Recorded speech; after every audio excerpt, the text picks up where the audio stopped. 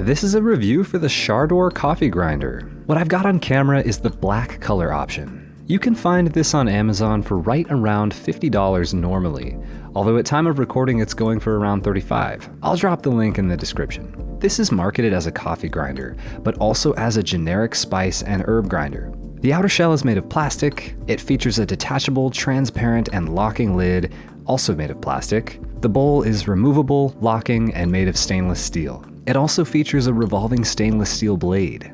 There is a timer knob ranging from 0 to 30 seconds and a start button on the front of the grinder. It runs on 60 Hz, 120 volts AC from your typical American wall outlet, pulling 150 watts at a 63 dB noise level. The cup holds up to 2.5 ounces or roughly 70 grams of coffee beans. It comes with a coffee scoop and a grinder brush. The full product dimensions are 4.3 by 4.4 by 8.2 inches, and the model number in this video is US-CG638B2009. Also, if you care, it's made in China. Okay, so should you buy? This is absolutely a yes for me. I'm super happy about this grinder. Let me give you some background. I am absolutely not a barista or any kind of coffee expert.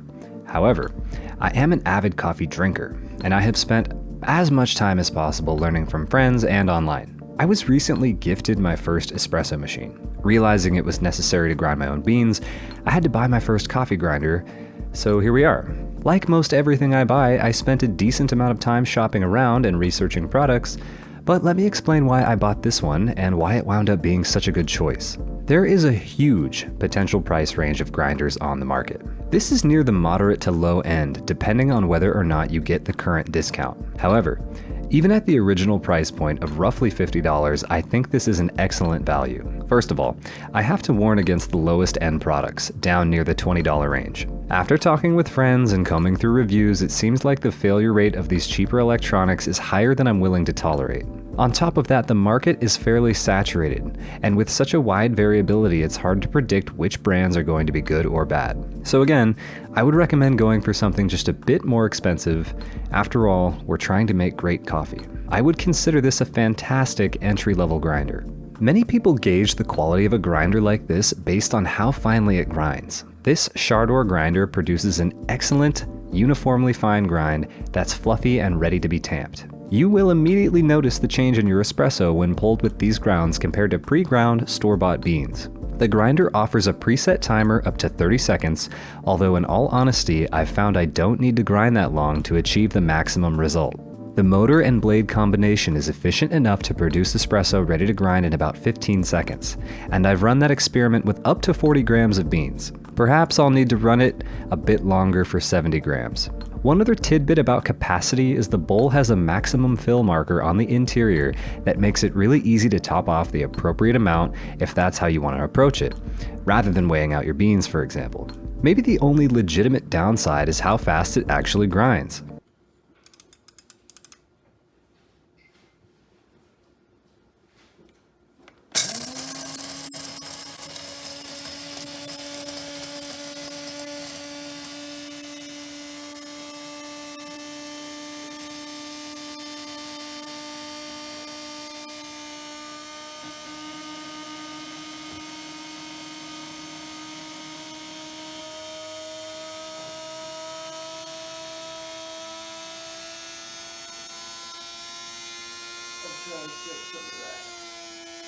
If you want a more coarse grind for French press, for example, I'm not sure how reliably you'll be able to generate that.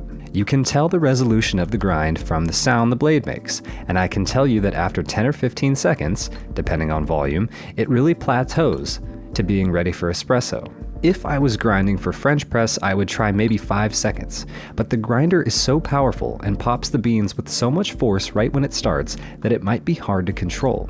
I don't know if this is truly a downside, but if you're someone who plans on brewing all different styles of coffee, you may need to opt for a more expensive or different style of grinder. In any case, if you're just looking to produce quality espresso, this grinder really has no downside. This grinder is easy to use cleanly with no mess. The bowl locks in place and the lid locks and seals such that no grounds will escape while in use. I've found that to get the last of the grounds out of the bottom, you'll usually need to use the included brush to dig out beneath the blade. This is super easy to do, and it's so great they thought to include this brush. The scoop itself is a great way to get your whole beans in the grinder, and then your grounds in the portafilter. After the fact, you can use the brush again to quickly clean out any last grounds from the bowl, and you can give it a quick rinse to finish the job. The sound byproduct is rated at 63 decibels while in use. I realize that number is meaningless to most people, so allow me to provide some context. Decibels are a dimensionless, logarithmic scale that allows for meaningful comparisons of quantities across many orders of magnitude.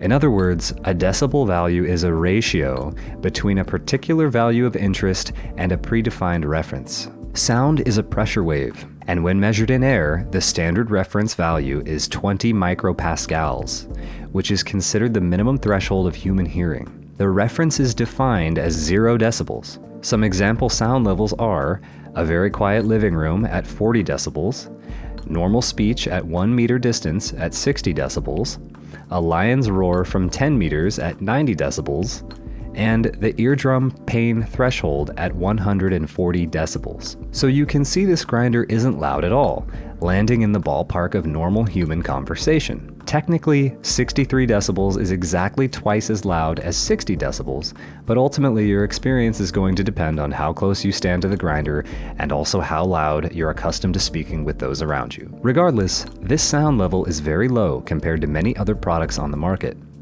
Just anecdotally, I have used several other coffee grinders much louder than the Shardor. A very common complaint I see in the reviews of cheap grinders online is people expressing disappointment in loud motors. I've even used a very expensive espresso machine with a built-in grinder that's louder than this one, so I think you get my point. All things considered, I'm getting great espresso out of this grinder. The grind is fine enough to generate the oh-so-sought-after crema.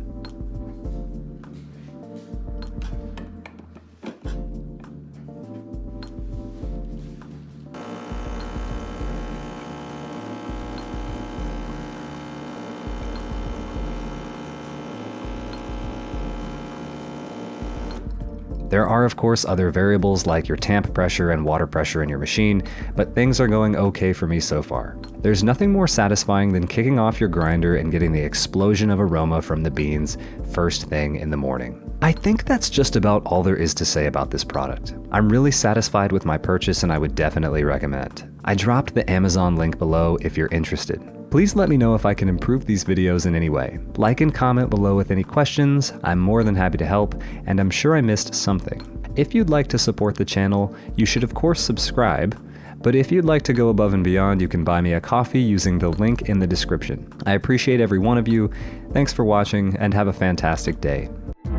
Tell me it's good, tell me it's gold, tell me you like breaking the mold.